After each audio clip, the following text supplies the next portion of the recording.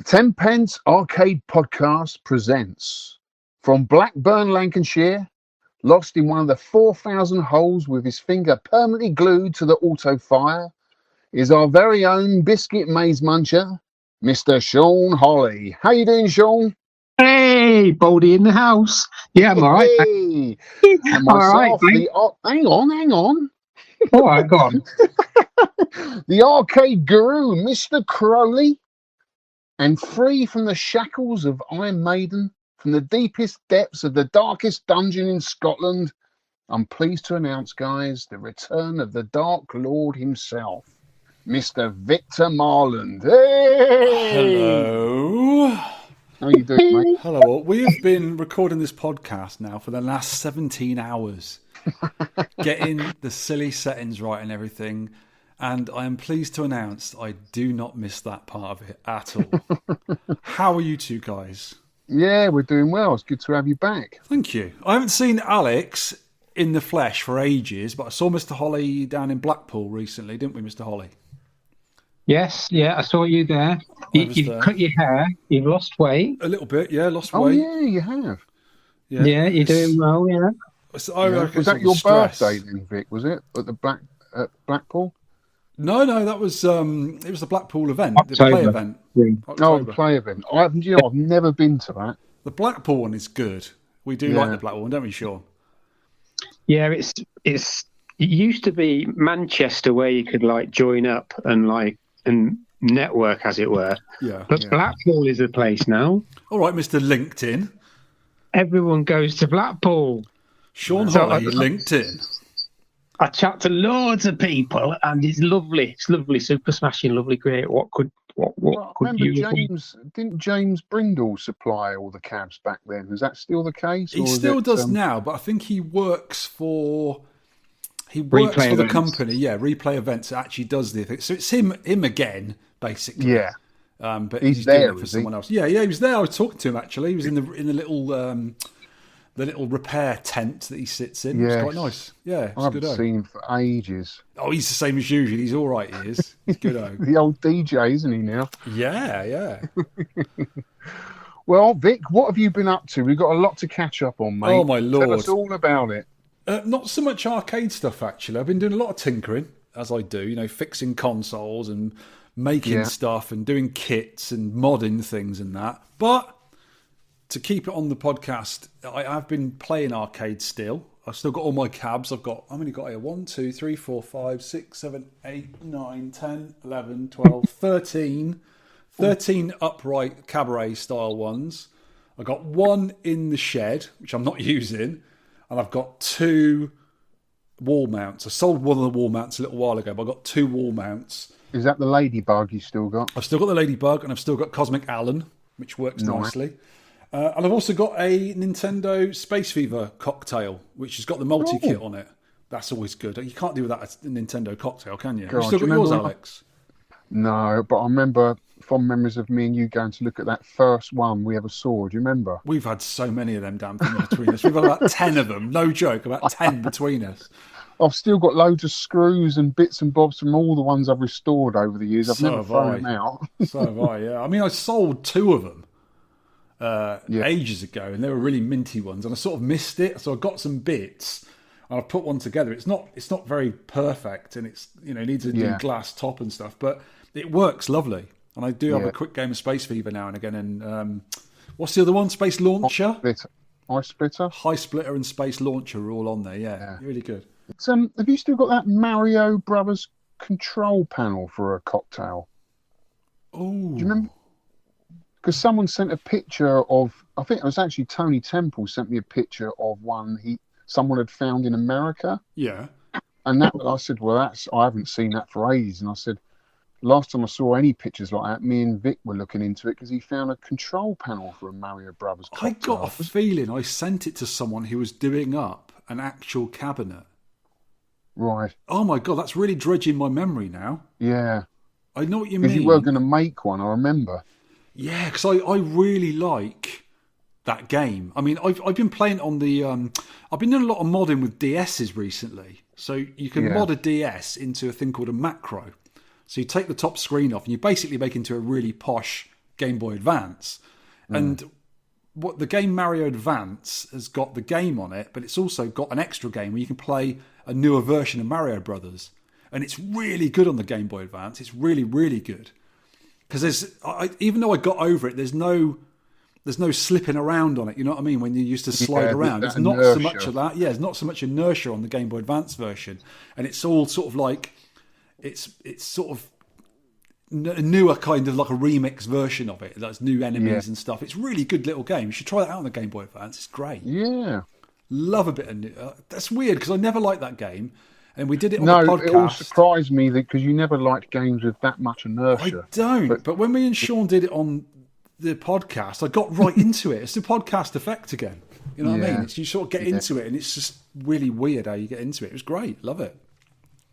That is cool. What else you been up to then? Stress and all that sort of stuff. Really? You know, usual thing. Well, you don't need stress in your life, We mate. do not need it. Yeah, more arcade games, I think, would be good for that sort of thing. Yeah, so just basically making stuff and getting involved in things and being creative. I really like it. Because you put a lot on Substack, don't you? Yes, I use the Substack app. It's just like a blog space, really. I actually quite like the creative writing element of it. So I can sort of... My writings are a bit daft as well. It's sort of me all over. So if you read them, don't expect to be serious, because I'm not in there at all. I will mess about. Well, it's a good way to be. Don't take life too seriously, right? But the whole thing about the writing up, it's basically like a show and tell. It's like, look, this is what I made. Here's how I made it. If you want to make one, I'll give you a hand, And it'd be nice to people to actually follow my cues and make themselves something as well. Because I think it was just today, a guy sent me a message on Substack saying, "Oh, are you going to upload the 3D model of the little Pong unit I made? You can get a little Pong kit. It's like a Velman one, and I made like a screen for it. I put a screen in there, made an enclosure for it, and made some controls for it. And he said, "Oh, I've got the same screen. I've got the kit, and I'm really finding it hard to find an enclosure where you put it on like one of the 3D sites." I said, "Yeah, no problem at all. I'll put it on there. I'll get it done the weekend or something."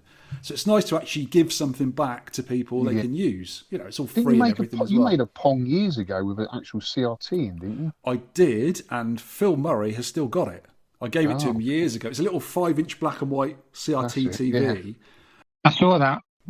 It was modelled to look like the original, the original square box Pong, the very first one. It was modelled on that, but obviously about 10 inches cubic square sort of thing. Yeah. Yeah, it worked really well. I enjoyed making that. I should make another one day. Well, you should do. I know Quarter Arcades are releasing a Pong. Are they? Yeah. Well, that's interesting. I wonder what hardware they'll use inside, because it's very, very simple to do. You can do it on like a tiny little microprocessor and stuff. They sent me a game to review, funny enough. Oh, right, okay. Which one? Zookeeper. I haven't done it yet. It's still in its box. Zookeeper. Ooh, that's a great little game, isn't it? Yeah, I remember you did a review from once, didn't you? Yes. Years ago on your channel. Yeah, because I said to them, look, I'm going to really look at it carefully and see how authentic it is. They went, no problem, just do that for us, be honest. And I actually got a vernier caliper on it and measured it and worked out the sizes, because I found the sizes on a flyer.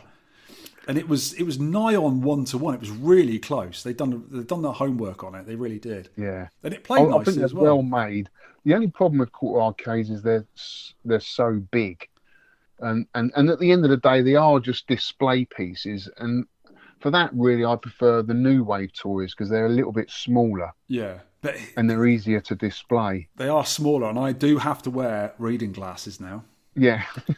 I mean, you two have got glasses on there. I don't need them for this sort of against the screen. But when I'm doing soldering or reading, I'm like that. Yeah, moving things backwards and forwards, trying to focus on it. My eyes went when I met you. I think about 42. They just suddenly just went. That's because it's amazing. My amazing grace. You just like your eyes went. I can't see anyone anymore. It's the 10p effect. Yeah, something like that. It's just getting old, mate. Seriously, it really is. Oh, it's only for up close stuff. Anything sort of like 2 feet away, I'm absolutely fine. And if I put my glasses on and then look at the screen, it's all blurred. So it's definitely just up close stuff. Yeah. We're all getting old, lads. We're getting old. Cool. So that's great, mate. Sean, what you been up to? Well, I've been the National Trust with wife using the in the membership been to Speak Hall? What's Been Speak somewhere else, Hall? It's a hall in Liverpool, and there's a lovely walk around the grounds, and there's people that speak to you. I think that's what it is. Well, There's loads of that's all part of the National Trust membership, right? Yeah, there's people in each. You don't get it in a lot of them, but there's people in each major room, sort of telling you about the history of the place and the history of the room and history of the even my history. They knew. They must have Googled it. Wow, they must have your DNA. Yeah, cloned. And then they threw the mould away. Yeah. Literally. It's good to have you back, Rick. It really is. It is good to have him back. It is good to have him. For one podcast only. All right. You sure? Yes. Okay. But also, family meal. Been on a family meal, and the neighbour. We met 8 years, right, or 7 years. We've been talking to the neighbours. Get to know the really close ones and the people over the road. I thought, we'll get to know them, like Paul and Louise, and they've been there for 7 years. So we all got together and we had a meal on Saturday night, and it was weird because all the men sat opposite all the women, and they started on about men don't listen, and all the women laughed, and I'm like, what? He said, none of the men listen to conversations, and they're all laughing. That's the main thing I got from that. But yeah, it was really nice to meet them, and like I got to know like Steve and Jan over the road. Like we always say hello, how are you? But we had a really decent chat for a couple of hours in an Indian, and like was it about arcade cabinets? No, I tried to sneak a bit in. We got to a little bit of AI talking, and they went blank. So yeah, I stopped everyone talking would about do that. I stopped talking about AI. I stopped it. Go on, this arcade one up you put there. Oh, it's shutting down. Did I shut him down? Sorry, dude.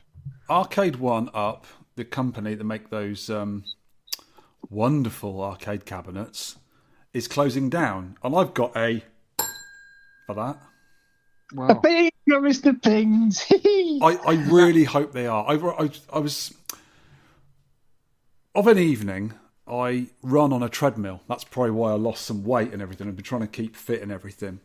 But when I run on the treadmill, I have to watch videos. I can't just do it to music. I get bored out of my mind. I've got to watch videos. And it's usually on modding or video games or something like that, or computers, whatever.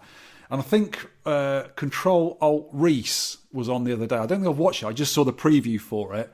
And he was saying about the company 1UP shutting down. And I really hope they are. I really hope they are. I know it sounds negative, and I don't mean to be a negative ninny, but those things have always been dreadful. I've always gone on about them, right? So when I was with my good friend Bobby Idod recently down in Wakefield, I go and see him quite regular now.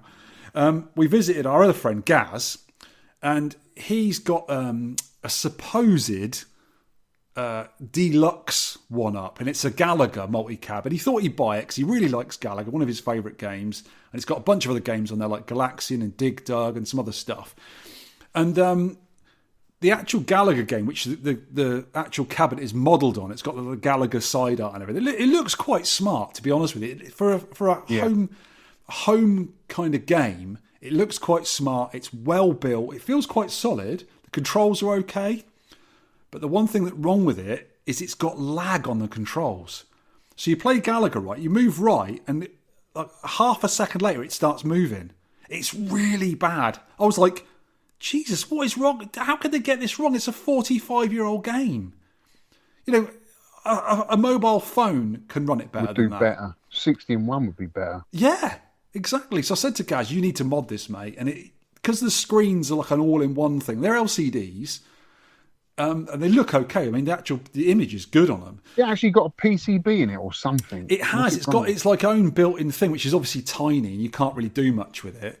But I think there are kits. You might need to buy a little bit of hardware to plug into the monitor to get it to work with something else. I can't remember. Yeah. But there's ways you can just find out about it on the internet how to do it. Yeah. But you can mod it, and you can put a Raspberry Pi in there. and all that sort of stuff. And you can have loads of cool games on it, and it'd be really good if you did that, because the actual cabinet looks okay. It's fine. Yeah. Yeah, I think that's what people do. They like they buy them for the shell kind of thing. Yeah, which is pretty cheap, and then gut them. That's what this Davy boy's done, isn't it? We'll get onto him later. And he's put like Bathosera in it. Oh, okay. And, so I don't know what he's done about the lag, but hopefully, well, if you put a pie in it, there wouldn't be lag. I think it's their own. It's really weird because you'd think a bona fide company like that. They've got to license the hardware and the software, right? So you've got to get onto Namco or Atari or whoever the game make, and you've got to say, can we please do this? Here's some money. Here's the license, blah, blah, blah. You'd think that they would hire someone to do the software. Like, you can buy MAME. You can buy MAME to run on you can get a license for it and actually have it, as long as you pay MAME, whoever runs MAME, some money. It doesn't and they just give you a run license. Gallagher, though, does it? Does it run other games? It runs some other games. It's a bunch of... Gallagher it's got 88. Mappy on there. It's got Dig Dug on there. Galaxian, Gallagher, and some others. I can't remember the other ones. Okay. But well, the other games... I get it with the Star Wars one, because you got the yoke and everything. Yes. I get that. Because that's an expensive cab. It's very hard to keep going, and I understand why. But the others, I don't get it. I really don't. No. Not for simple games like that. And don't they do beat 'em up Street Fighter ones as well? I think so, yeah. Just get an arcade stick and play it on your screen. Yeah. But the funny thing is, with these one-ups, I've noticed, I haven't really played all of them over the years, but I've played them now and again. They've always had a problem with their, not the screens as such, but the images. So they've had like tearing going on, or there's some kind of problem. And with this one, it's lag. And I just can't understand how they can make such a bad job of it. When a 386 computer can run that. When you're actually genuinely searching eBay for anything originally arcade built from back in the day, you can't find it. You've got to sift through all the arcade one-ups to get to the decent stuff. That really annoys me. Yeah, because they flooded the market. Because I remember when we were in America, I remember Sean was in Chicago. We found one in a video game shop we went into, and it was absolutely mullered. It had only been in there about a month, because that was when they were really early and they weren't very well made. They did make them a bit better afterwards. Yeah, is that the one where the joystick had sunk into the cab? Yeah, the bolts had gone through the wood or the MDF, whatever it was, and it just completely knackered. It was Some really people broken. actually have them in arcades for the public. They wouldn't to play last on. 5 seconds, though, would they? That's what I think. Yeah, I've seen some. I think it's arcade bars have them, don't they? Yeah. I'm not sure. The more modern things, but I'd have to ask John Turner at Pixel Bunker? Pixel Busters. Oh, is it? Yeah, there's Pixel Bunker and Pixel Busters. Oh, I'm not up on the new arcades. John, who's got the world record on Lunar Lander, runs it. He's a really nice guy. Oh, okay. I know he's got a few in his arcade, so I'll have to ask him. I've got to go down and see him at some point. But yeah, he's got a few in there. I think he got them in there to begin with, just to fill some spaces. Yeah. Because I think he's got a few space fevers, actually. You know him, Vic. Nice guy. I can't remember. Yeah, I probably do. Faces and names I'm not too good on. But yeah, I think I think once he's got more genuine arcades, he'll move them out. But yeah, that's fine. Can't see him lasting long. No, I don't. Not in a. You imagine them back in an 80s arcade with us lot swinging on the joysticks and punching them and stuff like that. Cigarettes all over them and all that. Flames, yeah, it wouldn't last 5 minutes, would it? Man, I can see the appeal of them though for like a newbie. And the prices though, Sean, some of them are like 500 quid. It's like, hang on a minute, just another 300 quid, you can get the genuine article. Yeah, you know. Yeah, I suppose so. But like somebody wants to play like Space Invaders and Donkey Kong, and they see this, and would they even notice the lag? Or, they get it and just play it. I think that what was the audience, but I don't know what's happened to them. That one of Gaz's, that Gallagher. Honestly, it was so bad. I'm not making it up. It was really bad. You couldn't play the game properly. It was terrible. It's like there was something wrong with it. But I played Dig Dug on it, right? And I know Dig Dug inside out. And it actually played okay. But I did notice at one point, when there was one monster left on the screen, it went really quickly for some reason. And it was back to normal again. So There's some weirdness going on with it. Yeah. There's a Gallagher on UK VAC for sale, £1,500. Oh, right, for a proper one. Proper one from Arcade Club, I think, selling it. Okay. Lewis has put it up today. Quite a nice looking one, actually. Wow. Cool. Was that it, Vic? Yeah, I think so. I have been going to see Mr. Idod a little bit in Wakefield. He lives in Wakefield. Lovely place down there. I really like it in Yorkshire. It's really nice. Yeah. But we have been fixing up some stuff now and again. Because what we do is we go down there, we eat loads together and have a great time and play silly games and that and usually go somewhere. But what I try and do is get us a project. So I say, right, what needs fixing? And he's, this arcade machine needs to do. All right, let's get in there. We'll get our hands dirty and make a mess. And has he got a big collection then, Vic? He hasn't. He's only got he's got a lot of console stuff, but he's got a MIDI arcade cab, electrical and MIDI. Nice. We got that all up and running. It wasn't working at all until we got in there. We got that going. We put a new monitor in there, new surround. He did loads of work on it as well. We did quite a bit on it, rewired it and everything. It actually plays PCBs now as well, so that's really cool. Nice. So Is that's that a his main vertical cab. setup he's got, or horizontal? It's a vertical in the MIDI, and he also had like a 90s cocktail cabinet. It was one of those sort of more modern things. Like a metal surround thing. Like an Aero? No, not quite like a candy cab. It was like a British one, but it was like one you got from, I don't know, it was like a leisure company made them quite a few years ago now. What was that one that Sega made? The Aero something? Aero Table. Aero Table, They're rare and really expensive. But they're lovely to play on. They're nice. 25-inch screens they got in and they're massive. I know. Yeah, so we've been doing that. We got his little table set up and working. We've gone through all his arcade boards. We tested all them out and stuff like that. And he even took because he likes the golf games, and he had a major title, an actual real major title cab, PCB, sorry. Yeah. And of course, I converted into an R-Type for him. The best thing to do with any golf game. Can you do that to mine then? Have you got a major title? I do, yeah. You'll have to buy some EPROMs, but yeah, you can do it. It's fairly easy to do. No, I mean you. I can, but you might have to buy some EPROMs, that's all. Okay, cool. Yeah, when you come up, bring it with you. Yeah, okay, mate. I've got a PCB here for you, mate. Yeah, I know. I've had it for ages. Actually, I might have two for you, but this one here is a Donkey Kong Jr. bootleg. Oh, interesting. That can go in my cab. This came out of the little pickup when I went up to Scotland and picked up the remaining PCBs off the Peter Davis collection. Oh, right. Yeah. Remember that? So it come from up there, yeah. So I've got to get up and see you. I will make it, hopefully, in the new year, mate. I'll come up and see you. Yeah, it'll be freezing cold, man. Make sure you bring some leggings or something. Tights. Yeah, and a muff. Men in tights. Yeah, men in tights. Sounds pretty good. Talking about those one-ups, in the next section, have you got a jingle for this, Sean? Yeah. Go on, let's play some jingles. Podcast pickups. Yeah, I haven't told you what I'm up to. Go on then. No, it doesn't matter. I don't care. Come on, you've been up to loads of stuff. I bet you bought loads of things as well. We'll get to that later, I suppose. I'll be brief. You're in your briefs? What? No, I'm in tights.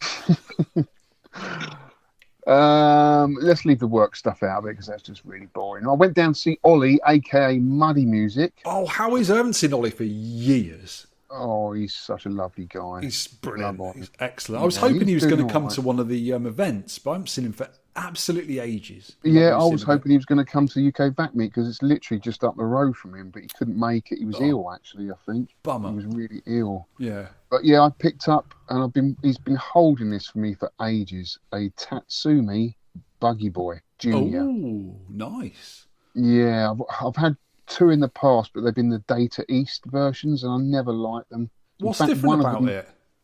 Oh, well, Tatsumi is the original. Can you see it there? Yeah. I know the name because I used to play that on the Commodore 64. It's a really good little game on the 64. It's a great little game. Yeah, there's a good conversion, isn't it? Definitely. Yeah, really good.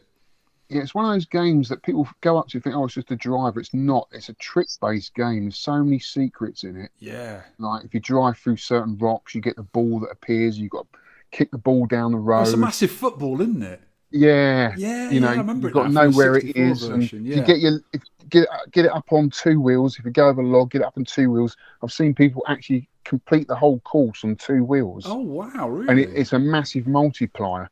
That sounds so different from the normal racing games, doesn't it? Yeah, it's a little bit slower than a race like Super Hang-On or something, or Outrun, but I like it. It's got a lot of character. I remember playing it back in the day, and the cabinet is completely different. It's much better than the Data East one. The Data East one is horrible. It's made of chipboard. Right. In fact, I've had 2 in the past where they've literally just fell apart. Yeah. And one of them I had to break up. I've never done that to a cab before. I hated doing it. Ooh, it was absolutely rotten. You know, Did you lose a bit of your soul when you did that? Oh, did, mate. Just sank out of you. Yeah. So I've got that. It needs a bit of work. I've got the Otto board. Is it the Otto board? Do you know the board that when you accelerate measures Octo board. Otto Yeah, board. because it's optical, isn't it? Yeah, optical board. Yeah. So it's like an that analog kind of thing, isn't it? Yeah, that went. So Dave Alton's having a look at that for me. Dave, Davo, good old Davo. Good old Davo. And the gearing's a bit stiff, so I've got to pull that out and just maybe grease that up. Lube it up, Alex. Lube it up. But yeah, I'm really pleased with it. It's quite a small cabinet, actually. I do like the look of it. It's like almost like a cabaret racer, isn't it? Yeah, it's smaller. You can see that. It's smaller than tiny. Rescue. Yeah, tiny, but yeah, really chuffed with that. Screen's really nice. Good. Yeah, pick that up. It's good to see Ollie. He's got loads of pins now. Oh, has he? Yeah. He's gone over to the dark side as well, has he? He has. He just spent a fortune on the new Metallica pin. Oof. He loves that. So expensive. See, a pinball for me, I like Guns N' Roses and I like lots of bands, but I don't think I could deal with the same music over and over again. It drives me. Don't matter how good they are. Yeah. I want sound effects, not music that I would just get bored of. You know what I mean? A few seconds of it every time, don't you? Yeah. So you hear the same thing over and over again. Yeah, I know what you mean. So yeah, that's what I've been up to. I dropped my Defender off, so I'm swapping my Defender for a Stargate Cabaret. Okay. Which I've had before and realised I missed it. Well, it's really just down to space. You know what it's like, Vic. Cabarets, you can fit so many more in. I will miss that Defender, but it's gone to a good home. Then hopefully in January, I'll pick up my Stargate Cabaret, which will look really nice against the Robotron I've got here. Can you not get the multi-board for it and play Defender in it as well? I will do, yeah. I've got that on order, J-Rock. Yeah. Cool. So that's cool. I love their multi-boards. They're great. They're so good. Oh, yeah. And you can't really tell the difference. No, definitely not. I had Paul Madden came over. We got the food fight working. Aaron fixed the PCB, but he didn't want to give us his pokey chips. So Paul came over with his pokey chips, stuck them in. The game lasted about 3 hours, and then it went. So I've sent the AR2 board to Mark. He's looked it over. He said there's 2 resistors that have gone on it, so he's replaced them. So hopefully get that back and have that running soon, because that's been sat there for like 3 months, not working. Oh, it's painful, isn't it? You having know? That one off. It's the hobby, though, isn't it? Yeah. It's the hobby. Yeah, that's what I couldn't be bothered with, really. That's why I've got like a plug and play stick. I'll have to put pictures up. A plug and play stick, which is it's a decent arcade stick, and I just use that on a 32-inch very low lag screen, which will do Tate and what's horizontal called? Yoko. I think I will get to that stage at some point in my life, but I'm not ready to go that way yet. I still walk in here, turn them all on, get a nice warm feeling just playing them and seeing them all lit up. Yeah, you'll have to prize a CRT out of my cold dead hands. Yes. There's no way I'm giving up CRTs ever. No chance. I love them. I've got arcade clubs like to the left, to the right, and down with me, so I can always get my fix. Yeah, I mean, but I think I've said before, when I used to work there and I used to open up in the morning, I used to go up to floor 3 and put all the breakers on, the fuses on, and you'd walk down the aisles and you'd remember the loudest ones, like Defender was really loud, Robocop was really loud. Robocop, yeah. Yeah. And it was just magical, just walking up and down there, no one there, and then locking up at night when everyone had gone. Just walking through the arcade and all the lights, all the screens. I know what you're on about. You can't beat it. Mind you, though, RoboCop used to drive me nuts towards the end of RoboCop, stay out of trouble. the arcade archive. Just that track mode and the noise just drove me mad. You've got it made though, Sean, because you don't need a collection like that because you have got Arcade Club. You just go there and have the biggest collection on the planet almost. You know what I mean? It's perfect. And also those expensive pins as well. None of us could afford that many pins. There's what, £100,000 worth of pinballs in there, surely. Yeah, it's got 50, near enough 50 on the ground floor. Wow, and they're like 8 to 10 grand, aren't they, pinballs nowadays? The new pinball room, and he's got a few that he hasn't put out. Wow. I think he's going to new in box, and I think he's going to sort of announce them soon. So they're going to come out on the floor. It's great playing pins there, but you can never hear the music. That's the trouble. Yeah, it's an arcade setting though, isn't it? Yeah. Anyway, one last more thing. I just want to mention I've been playing the new Terminator 2 game, No Fate, on the Switch. It's amazing. It's what we should have had years ago on the Mega Drive or the Super Nintendo. Okay. The company that have made the game, Bitmap Bureau. Oh, yeah. English company. Mm-hmm. They've changed their business model. So I think it was originally designed for the Mega Drive. They are going to release it on the Mega Drive. Oh, cool. But I think they brought it out on the Switch to make the most amount of money first. And once they've done that, then they release it back onto the Mega Drive. Oh, right. But you play through it. It plays just like a Mega Drive game. There's branching paths in it. It's so good. It's so in keeping with the movie. If you're a fan of the movie, you'd love the game. It's got everything from the movie in the game. Is it all 2D as well? 2D, yeah. Oh, but, 2D sprites. So it's brilliant. just an action platformer like, I don't know, not Contra, but, that sort of Shinobi Contra style game. Sounds good. It's really good, mate. It's really good. I finished it on easy, and now I'm going back through it on the medium level, and it's opening up more paths, more bosses, and it's a lot better on medium level. So, yeah, really recommend that. It's a really good game.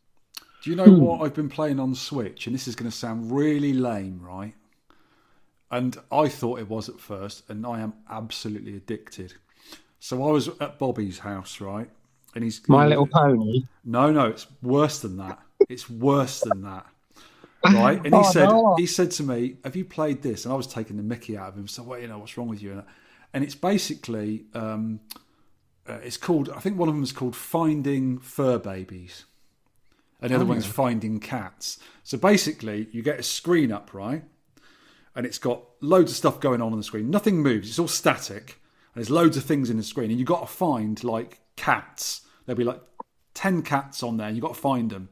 And it will ask you things to find. It'll be, like, raincoat, lollipop. And you've got to try and find it. It's like a sort of, like the old ones in the, like in a the puzzle puzzle. books. Yeah.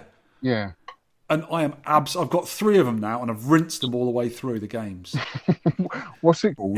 One's called, I think it's called Finding Fur Babies. They're quite cheap to buy, right? And you look at it and go, "This is a stupid kids game," and then you will not be able to put it down. You'll be trying to find all the cats, all the butterflies, because there's 2 butterflies on every level as well, but they change, so they move, and it's really hard to find them. And you've got to have a big screen to see. But I can't explain how bloody addictive it is. It's ridiculous. I find myself playing it now and getting annoyed because I find, that's the one. That's the one. You're laughing at me already. You start playing it and you will be hooked. If I saw that in the Nintendo eShop, I'd just scroll straight past it. No, listen, right? You can thank me later, pay like £5 or whatever it is, download it, and you will not be able to put it down. I promise They're you. Hidden object games. Yes, they're like hidden that. Object games. Jam plays them online. Like Find Wally.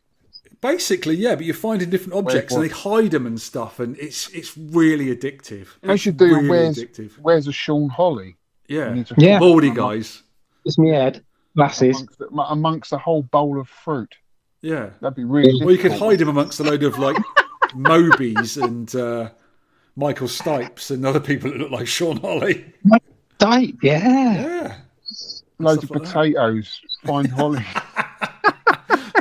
You're not saying Sean looks like a potato, but he looks like a potato. Found this. I get like once a month I get pictures. Oh, this is you, a doppelganger. And I found I can't remember his name. He's like an American politician, and he is the exact spit of me, exactly the same. You've got one of those faces, Sean. Yeah, yeah. Right, shall we do some more arcade stuff? I had to get that in about the Fur Babies bloody game. Oh my god, it's so addictive. Should we do game room picks? Let's do it.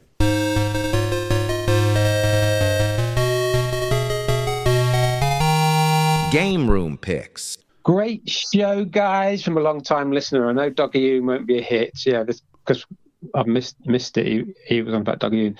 I know this won't be a hit with most of your listeners, but I absolutely love the pure shooter goodness of Tower Plan, and the visuals are stunning. Patrol! Early Joker Jun, an excellent pick. Last week I forgot to submit a score for Tiger Road, but for Doggy Oon I made sure I updated to Sidekick app. Yeah, got a really good score.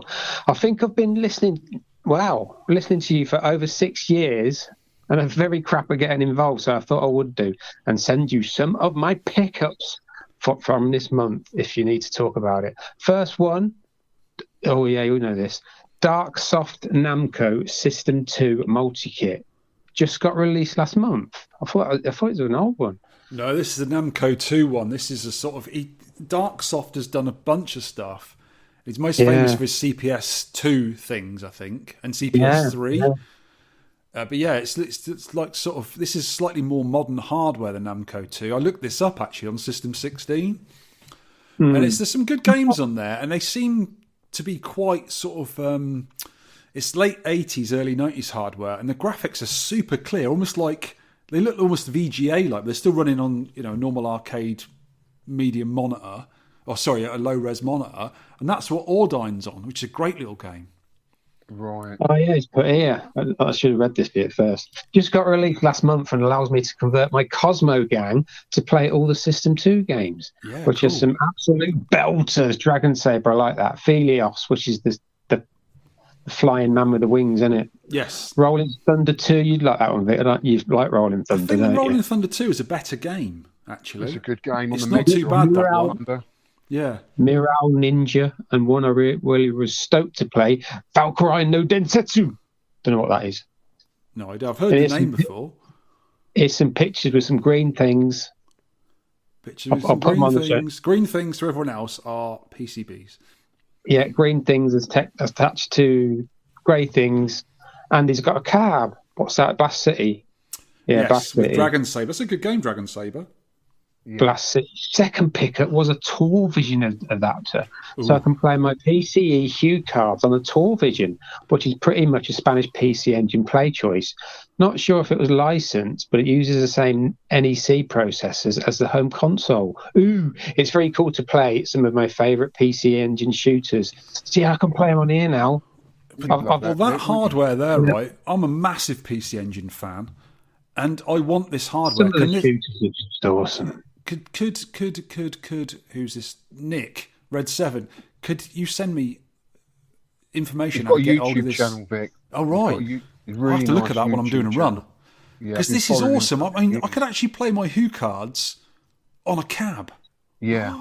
Oh, that'd be so cool. It's pretty cool, isn't it? It's really cool. That game Koryu, have you ever played that one, Alex?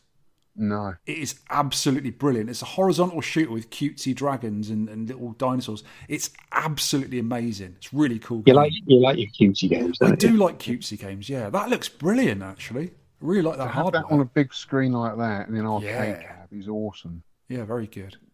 Then but keep up the good work. A couple of cheeky requests. These are all shooters. Of course they are. I know these. Saucer Striker, Dimmahu are only from the Mahu trilogy. So it's Saucer Striker, Kingdom Grand Prix, and Dimmahu. Eco Fighters, Pro Gear, one of the Vasara games. Oh, and for a random Marmite puzzle pick, Mr. 20-5 likes this. Monkey Puzzle Exchanger for the Neo Geo. It's a bit like Magical Drop with maths. Oh, no, don't fancy that. Don't fancy maths. Well, you Take it easy, lads. You said monkey puzzle. There's no monkeys in it. It's money puzzle. Oh, no. So I've got a feeling you've got to add up stuff while you're doing it. And I know it's a really famously liked game, Money Puzzle Exchange. There's a big following for it. People do like it. I don't think I've ever played it, actually. I was thinking of the Monkey Puzzle Tree, wasn't I? You were, yeah. I know how your brain works, Mr. Holly. There's no tree in it then, no? No. Oh, okay. Go on, Alex. What have you got? Oh, look at this. Oof. There's the buggy boy. Lovely. Little tiny cab, isn't it? It's really neat. It's tiny, yeah, it's tiny. But you can see it needs a bit of work. Down the bottom there, foot plate. It's been in a fire, Vic. It came out of a warehouse. Really? A guy brought it, and then 2 weeks later, the whole warehouse caught fire. And that was right at the back. Oh, what a shame. It got saved, but the whole side, I'm sure he put this on UK VAC. The cab was completely black. Really? Yeah, and at the top, he's managed to get most. If you look at the side there, you can just see a bit of brown just above the buggy boy. Oh, yeah. It's still got a bit of smoke damage at the top. That thing had a close escape then, didn't it? But yeah, he's done an amazing job of restoring it. Cool. You know, for what it's been through. Nice. Yeah, poor thing. So yeah, that was nice. I picked up more vinyl. Picked up classic Alice in Chains Dirt. Love that album.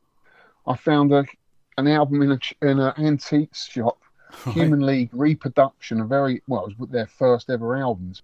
Very arty, very different from what most people think the Human League are known for. Oh, right. For their big pop hits, but it's very instrumental kind of early synth stuff. You know, It's really cool. Never heard that one actually.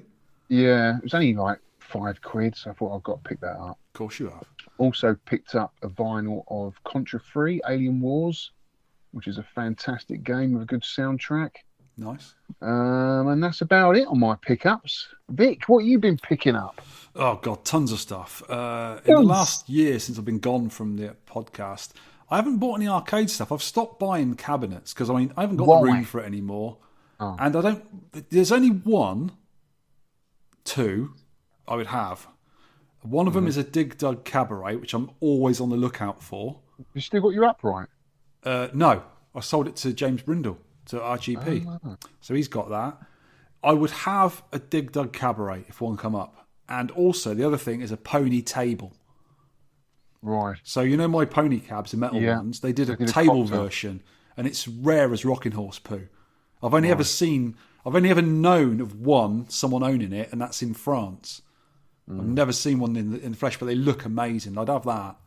But I've been buying plenty of video game console stuff and tools for making cool video game adjacent things with.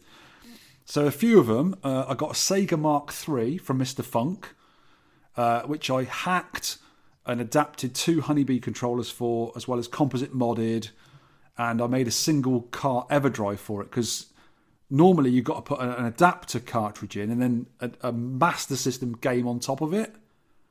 Because the Mark III is basically a Master System. That's what the Master System evolved from. But you needed a thing. And what I did is I put both parts in one little cartridge. I sort of wired it all up and stuff. It's quite smart doing that. And that machine's a lovely little thing. I really like that. A DS Fat and DS Lights into Game Boy macros we talked about earlier.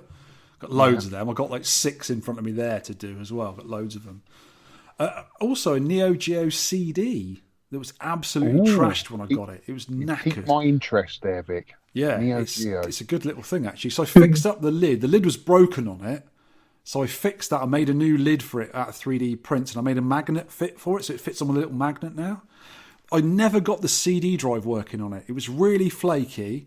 I bought a new CD laser for it, and it still didn't work. So I gave in and replaced it with an optical drive emulator, an Ode.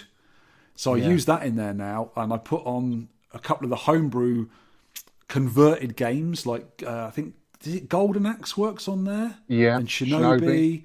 Because it's all got very similar 68,000 hardware. I don't think I ever got hold of Karnov, which another game works now. I couldn't find the ROM for it, the one that someone's done Dolphin Blue as well. Do you know that game? Yeah, I've heard of it. That's a PGM game, isn't it? No, it was on the Dreamcast, I think. Dolphin Blue. Okay. Taito, is it Taito Hardware? Don't know. It sounds interesting though. It's good having different hardware games working on other stuff. Yeah. So I got all that working now. I got it for £60, and a working Neo Geo CD machine's £200, easy. Yeah. So I put a little bit into it, but not a lot. The loading speeds are long though, aren't they, on the CD? Yeah. You don't get that with emulation. It's not emulation. Well, yeah, it is. Sorry, it emulates the ROM, but it's working on real hardware. But it loads about 4 times faster because it's obviously coming from an SD card rather than the CD. The CD on there is really painful, really painfully slow. Because you got games like was it Ironclad that got CD release only? Yeah, I got that as well. Yeah, I got that on there. It's good. It's a really good little game. I've got that on the MVS cart. Nice. Ollie's loaned me a couple of games. Some of them were on the CD only, like Cross Swords 2, I think only got a CD release. Right. It's nice that they're converting them back to other stuff, isn't it? It is, yeah. Nice. The other good thing I got as well is because I've been doing a lot of soldering and stuff, I decided to buy myself a really nice soldering iron. So I bought a Hakko 888, which is like the industry standard for hobbyists. And I also got a Hakko desolder gun, which is usually about 400 quid. But I got it for like a third of the price. I bought a Japanese version. So it runs on 100 volts, but I bought a brand new step down for it, and it works absolutely lovely, and it makes your life so much easier. Is it? Desoldering is a horrible job to do. This thing just pisses it, honestly. Yeah. It's just and the chips just fall out without If breaking. you're doing that anything. amount of soldering, you want the best tools for the job, don't you? Yeah, well, the ones you can sort of like, put a bit of money into it. They're not the most expensive, but they're good, and they make my life a lot easier. Yeah, really good. So all sorts of stuff, really. Too numerous to go into at the minute, but not much hardware, not arcade stuff, because I've got enough. Yeah. I just play the damn I'm just trying to think, how long's it been since you left the podcast now? Is it over a year, isn't it? Over a year. Yeah, a year and a half. I think I did it in June. June or July 24, yeah. Yeah, just over a year, yeah. Wow. Well, we're glad to say it's still going. Absolutely. Onwards and upwards. Well, I've got some pickups. Oh, really? Yeah, kind of. I bought 2 ebooks last month, which was the hardcore gaming guide to shoot 'em ups, and they were just ebooks. So I was trying to read them on my phone, on like a PDF on my phone, and it's not great. So I bought the actual physical books. Good, because I can fall asleep with them without knocking my head out like the phone does. Yeah, so that's my pickups. I've got most of those, Sean. They're really good books. I've got a few small. myself. They don't take how much space. They're thin. I'm looking at one now over there. I've got the I think it's the Famicom disc game one. I've got that. And I think I've got another Japanese gaming one as well. But they're really, as you said, they're like quite thin paperbacks, but they're really glossy inside. And there's some really cool articles in them. They're great. They are great. I don't normally go for books, arcade stuff. I don't like these coffee table so-called books. It's just full of screenshots, basically. But these ones are really good.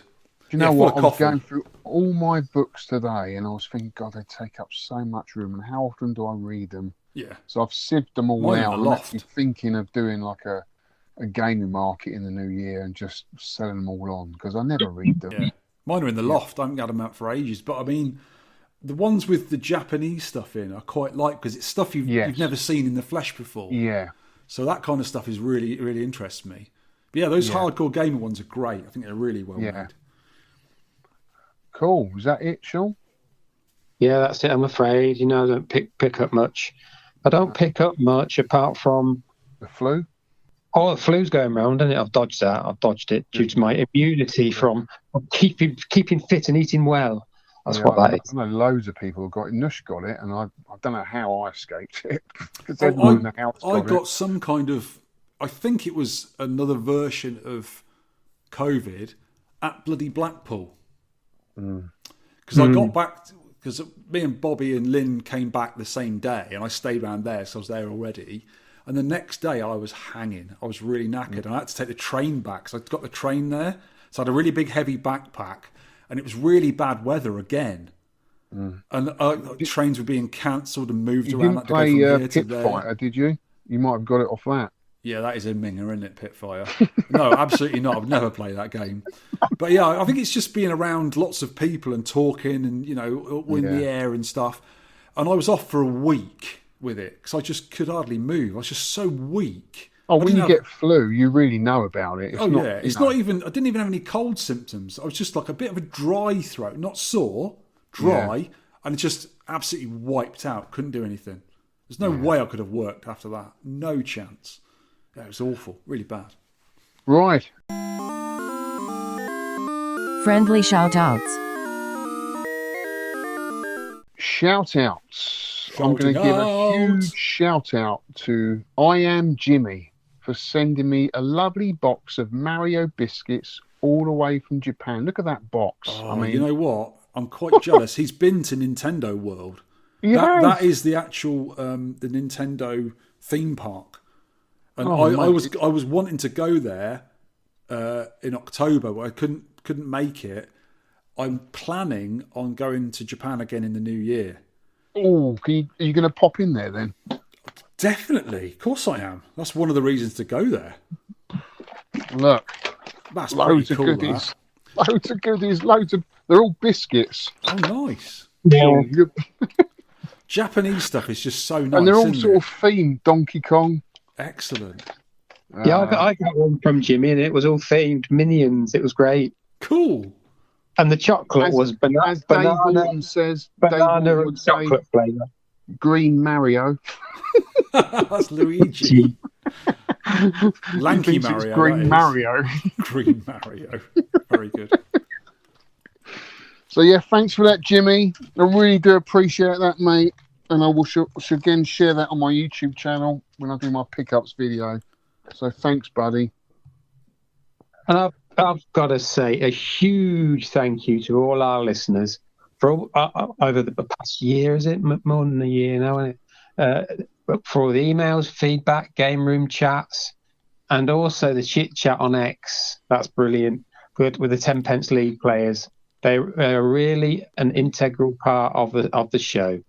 A massive thanks to the people I like to call Team 10 pence, which is J Ping Barber for creating the fantastic theme tune at the end of each show. It's AI, but it's awesome. Oh, for God's sake. I knew to say that. Martin Deadlock for his continually improving 10 pence episode guide. You can leap between episodes now in the PDF. Retro Russ for creating the amazing images for the show, far better than what I did. Most notably the podcast images that pop up in your feed. And finally, a shout out to my good friend Alex. A genuine pleasure podcasting with you, mate. Long may it continue. Why don't you just go out with him, Sean? We do. Alex. Yeah. Why don't you just hold hands with him walking down the street? I've got a big box of biscuits for you, my love. Oh, lovely. Well, if it's biscuits, I'm coming as well. Let's go skipping down the lane. With our biscuits in hand. I would like to do some shout-outs as well. Bobby Idod and lovely Lynn genuinely saved me recently. The Funks, T-Funk, I-Funk, and the new Micro Funk. They know who they are. Jim and Alison at the Retro Hut in the Barrows Market. They've done loads for me. They're really good. And all the followers on Substack. Thanks for writing in and listening and watching and all that sort of stuff and being part of it. Thank you.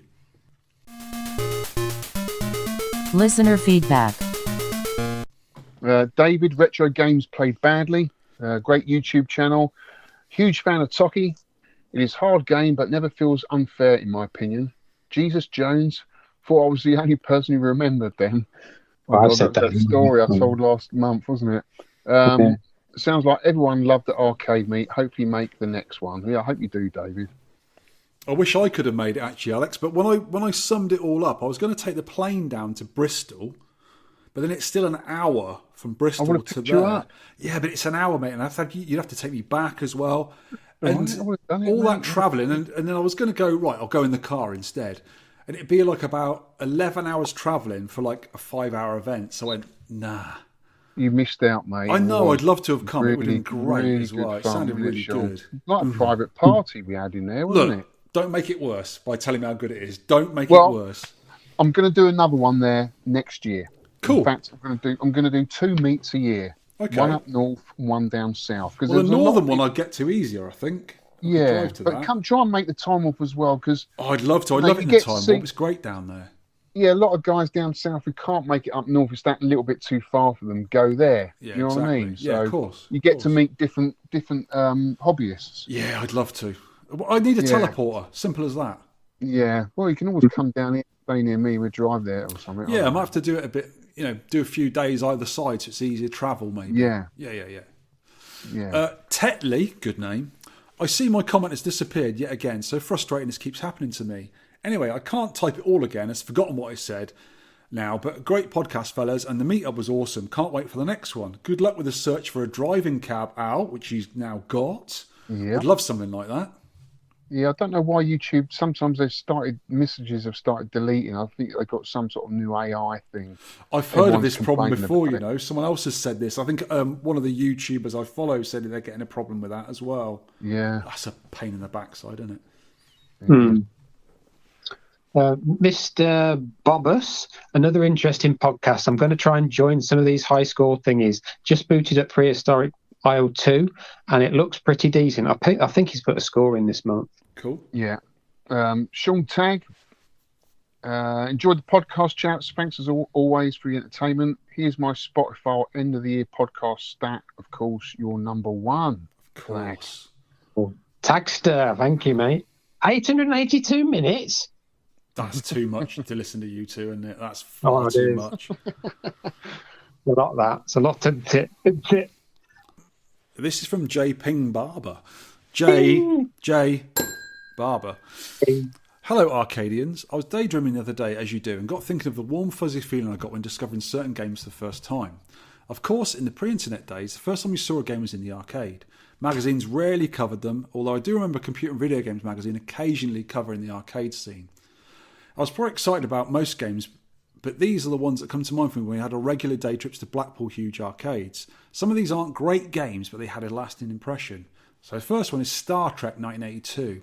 I was a huge Trekkie, so hearing Leonard Nimoy saying, "Welcome aboard, Captain," when you added a credit was cool, and the beautiful vector graphics and booming sound really stood out. Dragon's Lair 1983, an obvious choice. This game was astonishing at the time. Discs of Tron 1983, another stunner. The huge cabinet and 3D graphics were jaw-dropping back in 1983. Punch Out in 1984.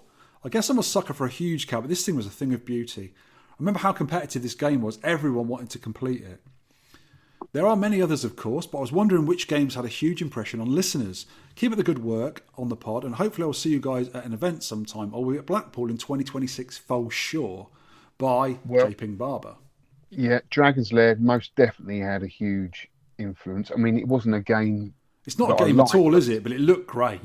It looked great. It was new. It was the first game to be £1.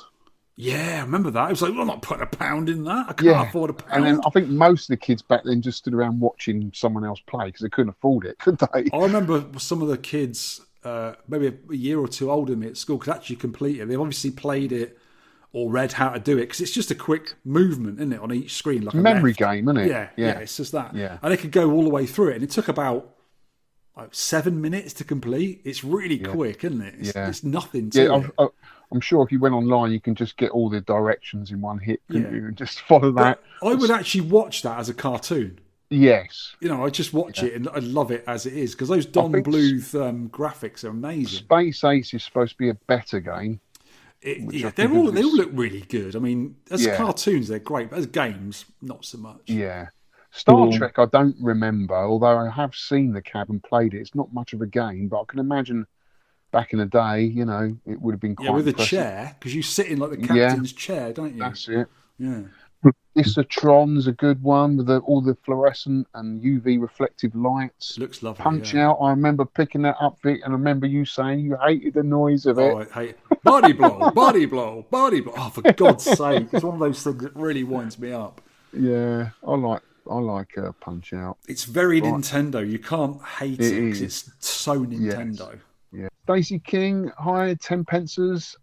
As I typed this email, it would have almost been a month since the UK VAC meet happened. It was one of the most enjoyable things I've ever done this year, and when I think back on it, it brings me really nice, happy feelings. It was so good to meet Sean and Alex, who conversation I felt I pushed myself into when I heard you talking about rotary sticks. Oh yeah, I remember. Everybody was welcoming and willing to talk. Special shout out to me in One Punch Rob and ZX Tetley. ZX Techie, that was his first meet. Okay. I watch his YouTube channel. He's a lovely guy. Roll on the next one, and I hope everyone has a great Christmas and New Year. Cheers, Stacey King. It was nice to meet you, Stacey, and put a face to your name. Yeah, good to meet you, mate. Majorg, greetings, podders of the cast. To lighten up the awayness of the sun, I found myself an old refurbished AMOLED cabinet, a Galaxy Tab S5. This with MAME for Droid made Vector games look better than a neon-like Christmas tree on steroids. Not like the authentic Vector monitor, but much more enjoyable than a regular monitor. Merry Christmas, Majorg. I think those modern super duper monitors, the OLED ones, I think the Vector stuff on them looks quite decent. Because that new little Vectrex Mini that's everywhere at the moment that we saw at Blackpool, Sean. He didn't. He didn't see it, Vic. He walked straight past it. My head is in my hands. I think I saw it. Yeah, it's got a little OLED monitor in it, and it's really sharp. So it's probably the closest you're going to get to a Vector monitor without being a Vector monitor. So it's good. It's the future for Vectors, really. And it looked pretty decent. I get it as a display piece, but not as a, for the price it is, as a... It's cheaper than a Vectrex, though. Not much. It's about 180 quid, aren't they? I think a Vectrex now is at least 300, isn't it? If not more. Yeah, I don't know. So, yeah, for me, it's all expensive. about the glow, but yeah.